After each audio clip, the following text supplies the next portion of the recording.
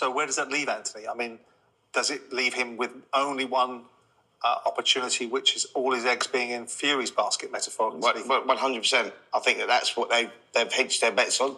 Fury going in with Usyk again, and if he loses against Usyk, Anthony Joshua picks up the pieces there. That's the way that I see it, because I would have liked to see AJ to go back in. Only if he loses?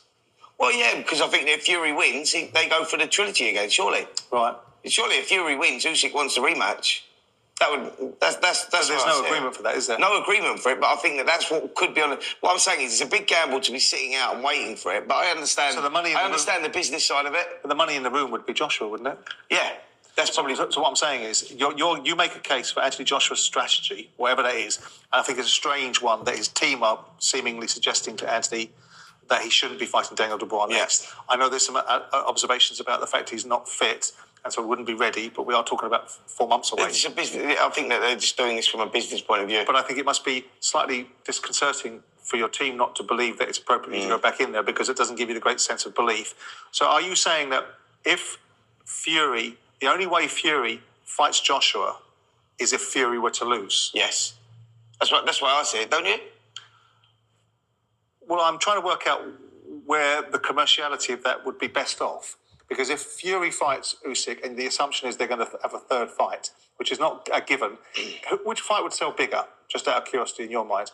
AJ Fury is the biggest fight in boxing right now. Right, so irrespective of whether Fury beats Usyk, or more to the point, let's say Fury does beat Usyk, there's no contractual obligation for them to fight a third fight. Yeah. Right?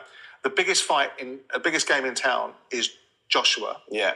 Do you think that fight would not happen because they'd be preferring to go back to Usyk 3, given that you've just said, and I believe you're right, that the real money for both fighters is them fighting one another? Yeah. Well, or do you think that Joshua would want to have a fight in between the destruction? I think Joshua would definitely want another fight in between that to get himself back on a winning platform, for sure.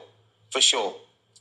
I mean, we all discussed it a while ago, didn't we? We talked about the fact that he had... So if he sits that out, if you're talking about there, we go to December 21st, we go Fury, Usyk 2, and he sits that out, then Fury's not going to be wanting to fight until summertime, at least. Yeah. Yeah, at least. I'm not sure that AJ would want to sit out that much. We're talking about inactivity and how that affects his performances, etc., etc. I think that he would want to get one in before that, I'm sure. We can't. Surely we can't. But listen, it's difficult. Surely we can't go through the whole rebuild rigmarole again. No, I've always said that. We're at that stage now. You know, I think that's plainly obvious to see that AJ can't go through that rebuilding process again. It's about the bigger fights now. That's why I thought he was going to go back and try and right the wrongs with Daniel Dubois. The team have obviously seen a better opportunity by sitting it out and hoping or waiting for the outcome of this fight, which is a gamble in my eyes, because now... Do you think Dubois goes and fights someone like Joseph Parker, and then he puts himself in the mix there? I think that... Do you think this? I mean, that ultimately it could find itself in the space with Deontay Wilder. He's put out a video last week making some noise about himself and the fact that he's had a broken arm, and that would explain some of his performances. We and you have thought specifically the fight's left him, and that ultimately it's time for him to say goodbye. Do you think there could be a possibility that to legitimise Anthony Joshua in terms of not going through the rigmarole of a rebuild, stinging him in against Deontay Wilder 100%. Would satisfy a lot of people's appetite? Totally. And really? It would create a lot of interest as well, by the way. I think because it was a fight that was always building. It was one of those we thought we're talking about modern eras, best fighting the best and all that. And I know that maybe they're both not at that stage that they once was, especially Deontay Wilder for sure. But you go, the fight would still sell.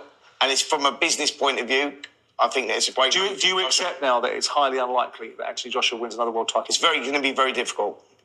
It's going to be very difficult with the landscape of what's going on and who's around. And now we're at a stage, we're in that changing of time stage where the younger generation, Daniel Dubois, are now becoming the world champions. And once they win those world titles, that elevates them to another level. He'll be a better fighter through that victory over Anthony Joshua, and you watch him now, and he'll be a dominant force in the heavyweight division for sure. And the next crop are now starting to come through. Those are the words of Talk Sports Boxing. Spencer Oliver and Simon Jordan, of course. And they were talking about the dangers of AJ sitting things out, waiting for the outcome of certain fights. And let me counterpunch. I think it is a risky ordeal And it's a risky ordeal simply based off the fact that Tyson Fury's mindset is forever changing. He might talk about trilogy now because he hasn't won yet. You know what I mean? If he does win, what's the guarantee that he's going to do what he said he's going to do? Very unlikely, because if the biggest fight is to fight AJ, he would probably want to fight AJ, not Usyk again. Because if it's a tough, murky, dirty fight and he ends up winning, and the fight could have went down to the wire like the first one did, and he wins it, do you think Tyson Fury would want to go through that again? Like, let's just face it. You think he would want to deal with a hard, tough fight like that? Because in my opinion, I didn't think Tyson Fury wanted to deal with that type of fight in the first place. That's why it took so long to happen. That's why he wanted all the money. He wanted the trilogy with Derek Chisora, and he wanted the Francis Ngannou money. Then let's take on the undisputed fight with Alexander Usyk, because that was the fight that unlikely he was not going to win. You could smoke in mirrors and say he's too small, he's a middleweight, he's a little white rabbit, he's an ugly, sneaky, gappy-toothed bastard. You can say whatever you wanted to say about that situation, but I don't think that he was 100% confident that he would win all the games with the negotiations, the 70 to 30 and all that stuff. That stuff was all because he wanted to stall bars. That was all it was. Okay, so waiting for AJ would probably be the best bet. But if he messes around and wins and he gets those unified titles and now he's a champion again, he has all the choices in the world. He could fight Daniel Dubois. He could fight Anthony Joshua. He could fight whoever he really wanted to fight. Okay, because you have to keep in mind that you have a lot of guys that are coming up. You know, and they're coming and they're hungry and they're young and they're strong. Okay, so listen, with AJ, though, waiting for Tyson Fury is an unforeseen circumstance because we don't know what Tyson's going to do. So why would someone as big as Joshua wait around for him? Instead of, oh, let's wait it out to see what they're going to do. Well, how about not?